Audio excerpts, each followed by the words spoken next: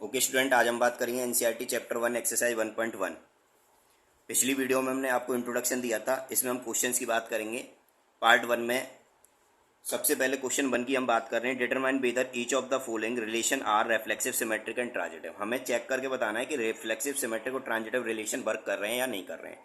जैसे कि first part में आपको दिख रहा है, यहाँ पे एक रिलेशन ले लिया है मैंने समथिंग, कुछ हम डीवाईएस में डालेंगे, आपको खुद करने हैं, और कुछ क्वेश्चंस मोस्टली हम कराएंगे। तो relation R in the is the set A equals to 1 2 3 dot dot dot 14 defined as, एक रिलेशन आपको दे दिया x, y 3x minus y equal to 0। तो देखते हैं इस पॉइंट को। फर्स्ट पार्ट है हमारा, एक रिलेशन है हमारे पास x, y such that 3x minus y equal to 0। तो यहाँ से हमारे पास y इक्वल टू कितना हो जाएगा, 3x हो जाएगा। ये हमारे पास हो जाएगा यहाँ से फॉर्म। और सेट हमें क्या दिया हुआ है, सेट दिया हुआ है 1 2 3 डॉट डॉट डॉट 14 तक। सबसे पहले हम एक रोस्टर फॉर्म का रिलेशन बना लेते हैं। रिलेशन का मतलब है यहाँ पे x की वैल्यू 1 है तो y कितना आ जाएगा, 3 आ जाएगा। x अगर 2 है तो y कितना आ जाएगा, 6। x अगर 3 है तो y कितना आ जाएगा, 9। डॉट डॉट डॉट, इस तरीके से हमारा एक रोस्टर फॉर्म का रिलेशन बन जाएगा। अब इसको हमें पहले बात करनी है रेफ्लेक्सिव की। रेफ्लेक्सिव क्या कहता है आप सभी को पता है, a, a belongs to r for every element. For every element मतलब जो सेट में एवरी एलिमेंट का मतलब हर एक सेट में जो एलिमेंट है, यहाँ पे जो सेट में एलिमेंट दिया हुआ है। जैसे 1, 1 बिलोंग्स टू आर, यहाँ पे हमारा पहला एलिमेंट 1 है तो यहाँ 1, 1 चाहिए हमें। तो क्या इस पूरे रिलेशन में 1, 1 आया, नहीं आया, नॉट बिलोंग्स टू हो गया। इट मीन्स नॉट रेफ्लेक्सिव हो गया, ये रेफ्लेक्सिव नहीं है। हम बात कर लें सेकंड पॉइंट में किसकी, सिमेट्रिक की। तो सिमेट्रिक चेक कर लेते हैं। सिमेट्रिक क्या कहता है, a, b belongs to R that implies b, a belongs to R. अगर हमारे पास a, b बिलोंग करे आर को, जैसे a, b मान लो मैंने ले लिया 1, 3 बिलोंग्स टू आर, ये तो कर रहा है, बिल्कुल रिलेशन में है। क्या इसका रेसिप्रोकल 3, 1 जो है बिलोंग्स टू आर है या नहीं है? इसमें 3, 1 हो ही नहीं सकता। क्यों? 3 के साथ कौन आया, 9। इसका मतलब 3, 1 बिलोंग्स टू आर नहीं है। क्या हो गया, नॉट सिमेट्रिक हो गया, नॉट सिमेट्रिक। सी पार्ट में ट्रांजिटिव की बात कर लेते हैं। ट्रांजिटिव में बोला जाता है कि a, b belongs to R and b, c belongs to R that implies a, c belongs to R.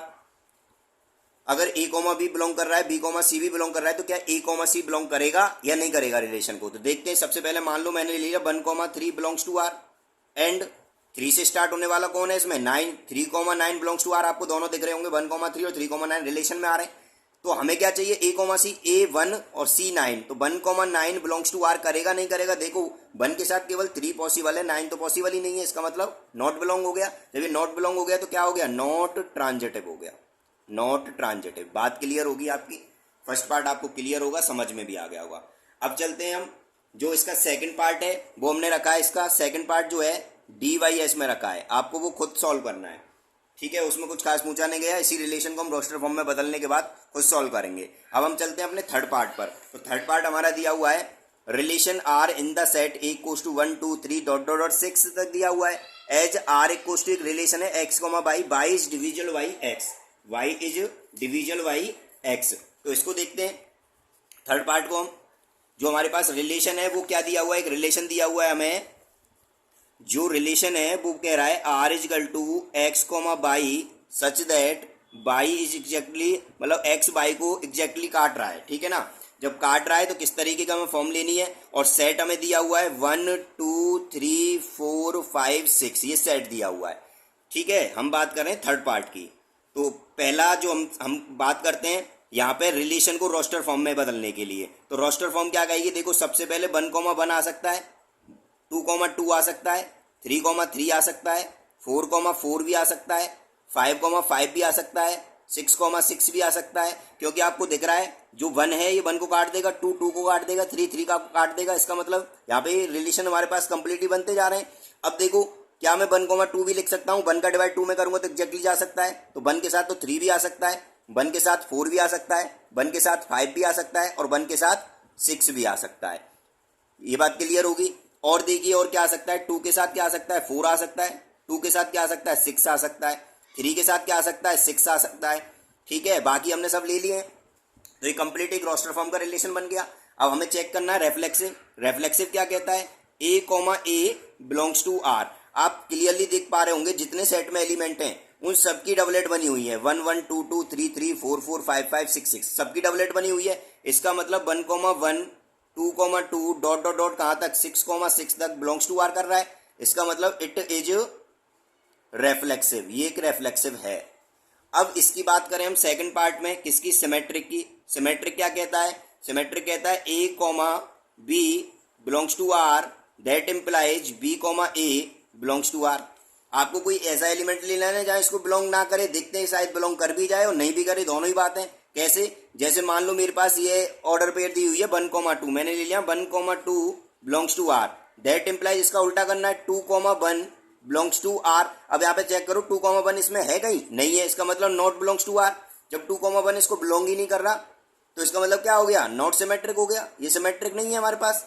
अगर हम थर्ड पार्ट में बात करें ट्रांजिटिव की, किसकी बात कर रहे हैं, ट्रांजिटिव। ट्रांजिटिव चेक कर लेते हैं। ट्रांजिटिव क्या कहता है, ए comma B belongs to R and B comma C belongs to R that implies A comma C belongs to R, ये कहता है। अब देखो हमें की ऑर्डर पेयर ऐसी ले लेनी है जो इसमें वर्क करेगी या नहीं करेगी, वो हमें चेक करना है, ठीक है।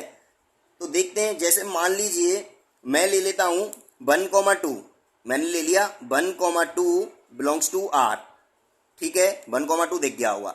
अब हमें बी से स्टार्ट करना है, मतलब 2 से स्टार्ट करना है एंड 2,4 बिलोंग्स टू आर। हमने 2,4 ले लिया। अब 2,4 लेने के बाद आपको क्या समझना है यहाँ पे कि हमें ए कॉमा सी चाहिए। ए कॉमा सी का मतलब है 1 और 4, यहाँ पे 1 और 4 बिलोंग होना चाहिए आर को। देखो चेक करो यहाँ पे 1 4 आ रहा है कि नहीं आ रहा है, ये आ रहा है हमारे पास, ये बिलोंग कर रहा है।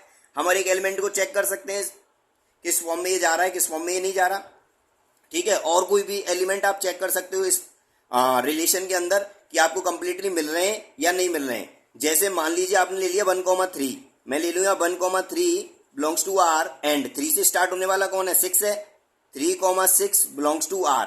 तो हमें इम्प्लाइज के लिए क्या चाहिए, ए कॉमा सी चाहिए, तो 1,6 चाहिए, 1,6 बिलोंग्स टू आर। देखो 1,6 भी है इसके अंदर, इसका मतलब it is transitive, it is transitive. I hope ये बात क्लियर होगी और आपको समझ में भी आया होगा। तो हमारा थर्ड पार्ट भी क्लियर हो गया। अब चलते हैं हम अपने नेक्स्ट पार्ट की तरफ। हमारा पार्ट नंबर आ गया 4। देखते हैं इसके पार्ट 4 में क्या बोला गया है। इसमें बोला गया relation R in the set Z, Z मतलब integers defined as relation X comma Y, X minus Y is equal to Z मतलब इंटीजर। यहाँ पे जो फॉर्म बोली जा रही है उसमें साफ साफ बोला गया है, एक रिलेशन आपको दे दिया गया है यहाँ पे कि x comma y such that x minus y equals to integer, z मिलना चाहिए आपको, ठीक है। अब यहाँ पे बात को समझेंगे और एक जो रिलेशन जो हमें सेट दिया हुआ है वो भी एक इंटीजर का सेट दिया हुआ है कंप्लीटली, उसमें सारे इंटीजर बिलोंग कर रहे हैं। तो बहुत अच्छे से इसको समझेंगे। भाई कंडीशन भी हम समझ सकते हैं, जैसे पहले रेफ्लेक्सिव की हम बात कर रहे हैं, किसकी बात कर रहे हैं, रेफ्लेक्सिव की, ठीक है। तो रेफ्लेक्सिव में देखो A comma A belongs to R कहता है और ये हमारे पास रिलेशन दिया हुआ है x minus y equal to z. आप इसमें ध्यान से देखेंगे, अगर ए में से ए माइनस करूं तो क्या बचेगा, जीरो बचेगा। ए माइनस ए कर दिया मैंने, जीरो बचा। जीरो एक क्या है, एक इंटीजर ही तो है। जीरो एक क्या है, एक इंटीजर है। इट मीन्स इट इज रेफ्लेक्सिव, ये ऑलवेज रेफ्लेक्सिव होगा। सेकंड की अगर हम बात करें किसकी, सिमेट्रिक की। सिमेट्रिक क्या कहता है, सिमेट्रिक कहता है हमारे पास A comma B belongs to R that implies B comma A belongs to R. रखते हैं इस रिलेशन में, देखो एक्स और वाई की जगह कौन है, ए, तो ए माइनस बी इक्वल्स टू हमें क्या मिलेगा, एक इंटीजर मिलेगा। गिवन केस है दैट इम्प्लाइज अगर बी में से ए को मैं माइनस करूं तो भी तो इंटीजर मिलेगा। इसका मतलब ये भी रिलेशन को बिलोंग कर रहा था और ये भी रिलेशन को बिलोंग कर रहा था। मतलब क्या है, मान लीजिए आपने कोई दो ऑर्डर पेयर ले ली, 1,2 ले लिया। अब 1 में से 2 जाएगा तो क्या आएगा, -1, और ये क्या है, एक इंटीजर है। और अगर हम 2 में से 1 को माइनस करें तो 1 बचेगा और तब भी ये क्या है, एक इंटीजर है। भाई हमें इक्वल सेम नहीं दिखाने, हमें केवल इंटीजर दिखाना है, जेड दिखाना है हमें। तो यहाँ पे हमें जेड कंप्लीटली मिल रहा है, इंटीजर मिल रहा है। It means it is symmetric, ये सिमेट्रिक भी है। बात कर लेते हैं ट्रांजिटिव की, देखते हैं ट्रांजिटिव अगर ये है कि नहीं है। सबसे पहले ट्रांजिटिव में हमारे पास कंडीशन क्या कहती है, ए comma B belongs to R and B comma C belongs to R that implies A comma C belongs to R. तो सबसे पहले आप चेक करेंगे a minus b equals to z मिलेगा and b minus c equals to z मिलेगा, क्योंकि ये तो गिवन केस है हमारे पास। अब हमें क्या चाहिए, हमें चाहिए ए माइनस सी जेड आना चाहिए हमारे पास। ये अगर पॉसिबल है तो बात बन जाएगी, अदरवाइज नहीं बनेगी। तो इसको लाने के लिए एक कंडीशन अप्लाई कर सकते हैं। मान लो ये क्वेश्चन फर्स्ट है और ये सेकंड है। अगर हम इन दोनों को ऐड करें तो देखो ऐड करेंगे तो माइनस बी से प्लस बी कैंसिल हो जाएगा, ये वाला इससे कैंसिल हो जाएगा, तो हमारे पास क्या बचेगा ए माइनस सी। जेड प्लस जेड आपके पास एक कंडीशन में 2z आ जाएगा, ठीक है। अब 2z भी तो एक क्या है, एक इंटीजर ही तो है, एक इंटीजर ही तो है ये। इसका मतलब a माइनस सी हमें क्या मिल रहा है, एक इंटीजर मिल रहा है, हमें इंटीजर मिल रहा है। It means it is transitive. I hope ये बात क्लियर होगी और आपको ये पॉइंट समझ में भी आया होगा, ठीक है। ये कौन सा पॉइंट चल रहा था हमारा, पॉइंट नंबर 4 की हम बात कर रहे थे, तो ये क्लियर होगा, आपका समझ में भी आया होगा। अब चलते हैं हम फिफ्थ पार्ट पर, देखते हैं फिफ्थ पार्ट में क्या बोला गया है। फिफ्थ पार्ट में बोला गया है relation R in the set of human beings in a town at a particular time given by. जिसके फर्स्ट पार्ट में बोला गया कि एक रिलेशन दे दिया x comma y, x and y work at the same place. जब एक ही जगह पर एक्स और बाई वर्क कर रहे हैं, एक्स और बाई एक ही जगह पर वर्क कर रहे हैं, इसका मतलब क्या हो गया कि जो ये रिलेशन है हमारे पास वो इस तरीके का दिया हुआ है x comma y such that x equal to y, x और बाई इक्वल दिए हुए हैं। इसका मतलब ये है। तो अगर हम रेफ्लेक्सिव की बात करें, इसके फर्स्ट पार्ट में रेफ्लेक्सिव की बात करें तो रेफ्लेक्सिव क्या कहेगा, a comma A belongs to R. इसमें देखो एक्स ए है बाई भी ए है, तो ए इजकल टू तो ए ही होता है ना, तो ये बिलोंग कर रहा है रिलेशन को। जब रिलेशन को बिलोंग कर रहा है तो क्या हो गया, एक रेफ्लेक्सिव हो गया, ये हमारे पास रेफ्लेक्सिव है। अब बात कर लेते हैं किसकी, सिमेट्रिक की। सिमेट्रिक चेक कर लेते हैं। सिमेट्रिक कहता है ए comma B belongs to R that implies B comma A belongs to R. अगर आप खुद देखेंगे यहाँ पे ए इजकल टू बी है, एक्स की जगह ए है और वाई की जगह बी है, मैंने इसमें पुट कर दिया, ये बिलोंग करेगा रिलेशन को।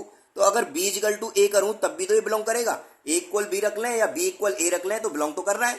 इसका मतलब it is symmetric. I hope ये बात क्लियर होगी।